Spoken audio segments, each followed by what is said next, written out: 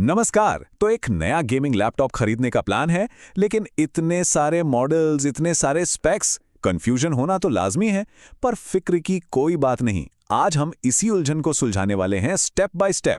जैसे ही हम gaming laptop की दुनिया में जाते हैं, सीपीयू, जीपीयू, रैम, पता नहीं क्या क्या शब्द सुनने को मिलते हैं और प्राइजेस तो आसमान छू रहे होते हैं। ऐसे में सही लैपटॉप चुनना वाकई एक बड़ा चैलेंज हो सकता है। तो सवाल यह है कि आखिर सीक्रेट क्या है? चलिए मिलकर पता लगाते हैं। देखिए, सबसे अच्छा लैपटॉप वो नहीं होता जो सबसे महंगा हो। नहीं, इसका असली राज है एक प्रायोरिटी चेकलिस्ट बनाने में। एक ऐसी चेकलिस्ट जो गेमिंग की ज़रूरतों और बजट दोनों के हिसाब से एकदम फिट बैठे। और आज हम वही चेकलिस्ट बनाने वाले हैं। तो हमारी चेकलिस्ट में सबसे पहली और सबसे ज़रूरी चीज़ आती है कोर परफॉर्मेंस इंजन। आसान भाषा में कहें तो ये वो पार्ट्स हैं जो किसी भी गेमिंग लैपटॉप का दिल और आत्मा होते हैं। इन पर कोई समझौता नहीं हो सकता। और इस इंजन के 4 मेन पिलर्स हैं: जीपीयू, सीपीयू, रैम और स्टोरेज यानी कि एसएसडी। ये चारों मिलकर एक टीम की तरह काम करते हैं और पूरा का पूरा गेमिंग एक्सपीरियंस इन्हीं पर टिका होता है। जीपीयू यानी ग्राफिक्स प्रोसेसिंग यूनिट, ये है असली हीरो। स्क्रीन पर जो भी शानदार विजुअल्स, जो एक्शन सीन्स या खूबसूरत दुनिया दिखती है, वो सब इसी की बदौलत है। एक पावरफुल जीपीयू के बिना स्मूथ गेमिंग की उम्मीद करना थोड़ा मुश्किल है। अच्छा, अगर जीपीयू गाड़ी का इंजन है तो सीपीयू है उसका ड्राइवर। गेम के पीछे का सारा लॉजिक, सारे कैलकुलेशंस, बैकग्राउंड में चल रहे एप्स, सब कुछ यही संभालता है।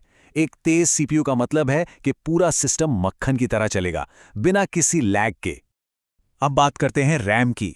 देखिए, आज के ज़माने के गेम्स के लिए 16 जीबी रैम तो मिनिमम है, मतलब ये तो चाहिए ही चाहिए।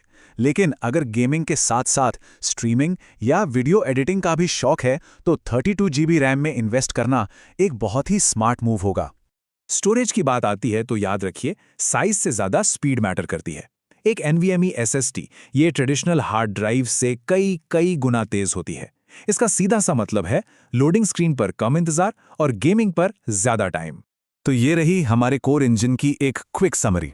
एक अच्छा गेमिंग एक्सपीरियंस चाहिए तो इन स्पेक्स को टारगेट करना चाहिए। मतलब जीपीयू कम से कम RTX 3060, सीपीयू में i7 या Ryzen 7 से ऊपर, 16 जीबी रैम और 1 TB की NVMe SSD। ये एक सॉलिड स्टार्टिंग पॉइंट है। ठीक है, तो कोर इंजन तो सेट हो गया, लेकिन इस सारी पावर को देखने के लिए एक शानदार डिस्प्ले भी तो चाहिए, है ना? आखिर ये डिस्प्ले तो है जो गेमिंग की दुनिया में हमारी खिड़की है। डिस्प्ले चुनते वक्त ना दो चीज़ों के बीच एक बैलेंस बनाना पड़ता है: रिफ्रेश रेट और रेजोल्यूशन। अगर वैलोरेंट या CS:GO जैसे ई-स्पोर्ट्स गेम्स खेलने हैं जहां एक एक फ्रेम का फर्क पड़ता है, तो 144 हर्ट्ज या उससे ऊपर का हाई रिफ्रेश रेट जरूरी है। वहीं दूसरी तरफ अगर साइबरपंक जैसे विजुअली रिच गेम्स पसंद हैं तो हाई रेजोल्यूशन से डिटेल्स एकदम कमाल की दिखती हैं। तो एक पावरफुल इंजन हो गया, एक जबरदस्त डिस्प्ले भी हो गई, लेकिन रुकिए, पिक्चर अभी बाकी है। अब बात करते हैं उन सपोर्टिंग एक्टर्स की जो ये पक्का करते हैं कि हमारा गेमिंग एक्सपीरियंस शानदार बना रहे। देखिए, पावरफुल चिप्स बहुत ज्यादा गर्मी पैदा करती हैं और अगर लैपटॉप सही से ठंडा ना हो तो परफॉर्मेंस गिरने लगती है। इसे थर्मल थ्रॉटलिंग कहते हैं। इसलिए एक अच्छा कूलिंग सिस्टम बेहद जरूरी है ताकि लैपटॉप अपनी पूरी ताकत से काम कर सके। तो जब भी कोई लैपटॉप देखें तो उसमें हीट पाइप्स, फैंस और वेंट्स पर गौर करें।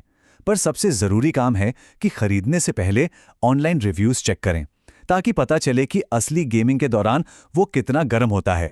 कनेक्टिविटी को बिल्कुल नज़रअंदाज नहीं कहना चाहिए। ये पक्का करें कि लैपटॉप में माउस, कीबोर्ड, एक्सटर्नल मॉनिटर और हेडसेट के लिए ज़रूरी पोर्ट्स हों। और हाँ, स्टेबल ऑनलाइन गेमिंग के लिए वाईफाई से ज़्यादा भरोसेमंद हमेशा एक ईथरनेट पोर्ट ही होता है। और आखिर में कुछ छोटी छोटी बातें जैसे कीबोर्ड का फील, लैपटॉप की मजबूती और कंपनी की वारंटी, ये सब मिलकर एक अच्छे लैपटॉप को एक बेहतरीन लैपटॉप में बदल देती हैं। ये वो फिनिशिंग टच हैं जो एक्सपीरियंस को पूरा करते हैं।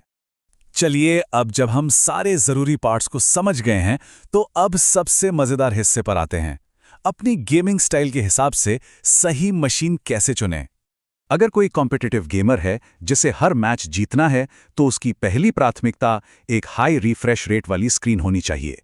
यहाँ सबसे महंगे जीपीयू की ज़रूरत नहीं, बल्कि एक ऐसी स्क्रीन की ज़रूरत है जो मिलीसेकंड का एडवांटेज दे सके। वहीं दूसरी तरफ अगर किसी को बड़ी बड़ी, खूबसूरत और ओपन वर्ल्ड गेम्स की दुनिया में खो जाना पसंद है तो सारा फोकस एक पावरफुल ग्राफिक्स कार्ड और एक दमदार कूलिंग सिस्टम पर होना चाहिए। यहाँ RTX 3070 या उससे बेहतर कार्ड्स पिक्चर में आते हैं। और वो गेमर्स जो साथ साथ स्ट्रीमिंग या कंटेंट क्रिएशन भी करते हैं, उनके लिए ज़्यादा रैम और एक मल्टी कोर CPU सबसे ज़रूरी है। 32 GB रैम और एक कोर i9 या Ryzen 9 यहाँ आइडियल कॉम्बिनेशन है, ताकि गेमिंग और स्ट्रीमिंग एक साथ स्मूथली चले। तो बस अब हम अपनी चेकलिस्ट के बिल्कुल आखिर में पहुंच गए हैं।